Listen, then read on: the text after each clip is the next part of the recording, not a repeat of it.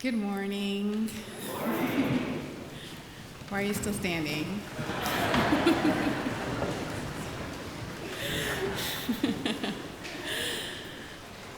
Well, it's a joy to be here with you all this morning, and it feels like I'm returning home a little bit. I live in North Carolina now because I teach at Duke, but I did my PhD at UC Santa Barbara, and so I'm accustomed to Southern California, and my final year in my grad program, I was working on my dissertation as is custom, and it was incredibly stressful, and I was behind schedule. And so I told my parents, Christmas is coming up, but I'm really focused on getting my work done. So I'm only going to fly home for Christmas Day. Otherwise, I'm going to be in my lab right up until like Christmas Eve. And as soon as Christmas is over, I'm coming back to my lab, my windowless lab, about 100 yards from the beach where I spent all my time. So I was in my lab, and it was Christmas Eve, and I was working, and finally I looked up and I saw, wow, it's getting late, and I still have not gotten presents from my family. And so I drove to downtown Santa Barbara, where there's a Saks Fifth Avenue. My father is just a character, and he only accepts Saks Fifth Avenue gift cards for like Father's Day, Christmas, birthday, all that. So I went to Saks Fifth Avenue to get him his gift card, as is my custom. And I went to a boarding school in New Hampshire, and it's one of those schools it's very elite, but also there's a strong in-group, out-group boundary around it. So once you're kind of part of this world, you're kind of in it for life.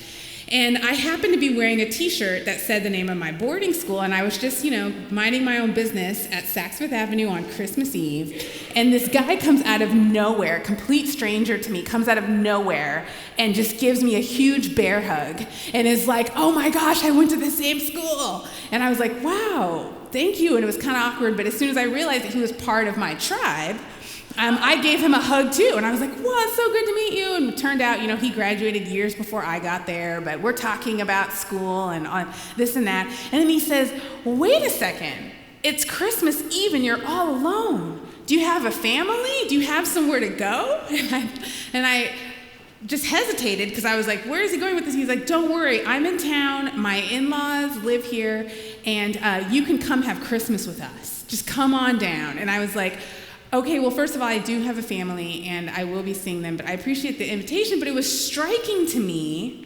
how easily he was able to identify with me and then just open his whole life up to me. And I was thinking, wow, this is kind of risky. I'm some random woman that you met downtown, and you're inviting me to Christmas at your in-laws, right? I mean, he didn't even need to ask me, like, are you crazy? Will I regret this? It was just like this assumption. I identify with you. You can be part of the family. I will open up my life to you at risk to myself because you're part of my tribe. And this is so powerful. At the time I was studying identity, I still study identity, and it was such a striking example to me of what happens when we identify with someone. As social psychologists, we understand the self to be very permeable. Our self will expand and contract across our lifespan over and over and over again. And when we're in close relationship with people, when we identify with people, our self expands to include them in it. And so their concerns, their cares, their resources, their pain, those get calculated in our own understanding of our sense of self. And so for this guy to have never met me, not the same race as me, didn't even go to school at the same time as me, don't really have mutual friends, lived in completely different parts of the country, in one instant, he was able to see this marker of common identity, and then everything changed. I don't think he typically goes around inviting random people into his in-laws' home for Christmas, but his self expanded and included me.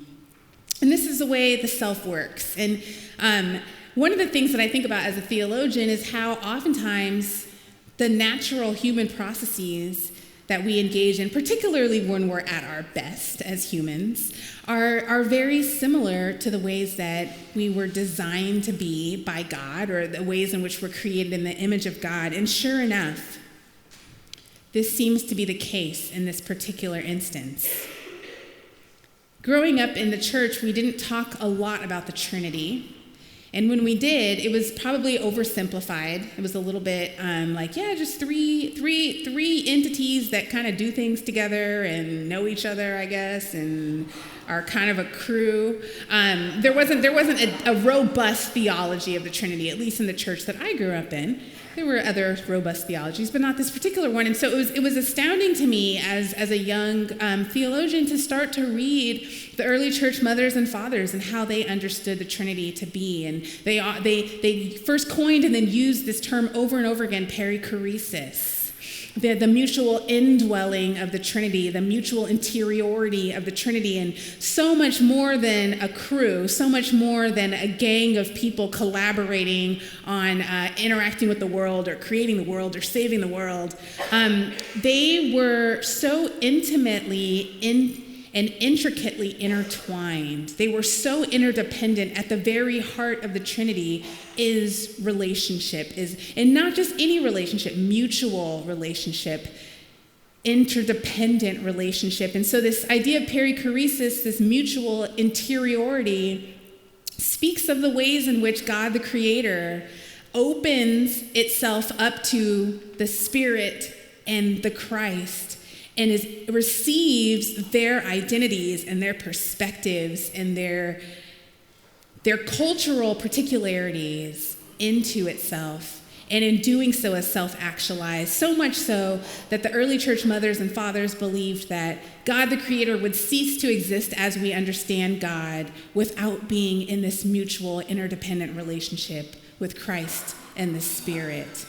They only make sense in context with each other. Their selves expand to include the others. And in doing so, they are divine. In doing so, they are real. In doing so, they are who we understand them to be. It's quite mystical. It goes beyond the way that we typically think of their relationship. But this makes so much sense to me as a social psychologist who understands humans to be created in the image of that incredibly relational God, because ourselves expand too.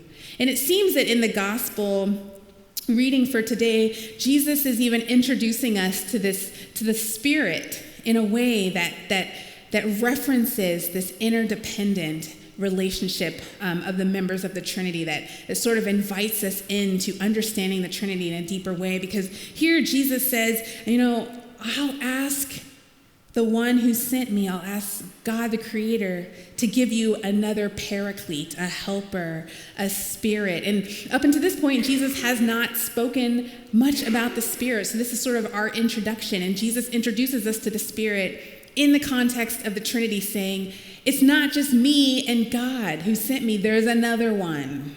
And this one is part of our relationship. This one is part of who we are. And this person will remain with you and be in you in the same way that I am in God the Creator and God the Creator is in me. And so that mutual interiority, that mutual indwelling is something that is being offered to us. And Jesus is opening up all of that deep, beautiful relationship to us and saying, we're actually going to share part of who we are with you and dwell in you and invite you into this mutual interiority, this self-expansion in which we are our most human and our most divine when we open ourselves up and participate in that and allow people to influence us and allow their identities to become interior to our own, change the way that we see the world, change the things that we care about, change the way that we spend our so-called money and resources. And one of the things that's so fascinating to me about Jesus even announcing that there is a Spirit and that the Spirit will come and dwell in us and allow us to participate in this perichoresis is that, and I know this is a bit of a faux pas because I understand that liturgically we have not gotten to Pentecost, but I'm going to talk about Pentecost today because we're talking about the Spirit. But one of the things that's so neat is when Jesus promises the Spirit, it's now here in John 14, but there's still They're waiting. They have to wait through Jesus' death and resurrection and ascension. And then they're waiting and they're waiting. And Jesus supposedly promised them this Spirit, but the Spirit still hasn't come until finally Pentecost. And they're in the upper room and they're scared. And they're wondering what happened to this Savior, this Messiah that we put all of our hopes and dreams in. And the Spirit finally shows up with tongues of fire. And the first thing the Spirit does is empower them to get out of the upper room where they had been afraid and hanging out in their tribe, and says, it gives them the power to go and to interact with people who are different than them, and even gives them the linguistic ability to do that. An invitation to self-expansion. Yes, you've been in the upper room with your tribe, but I'm expanding your tribe so you can identify with people who are different than you.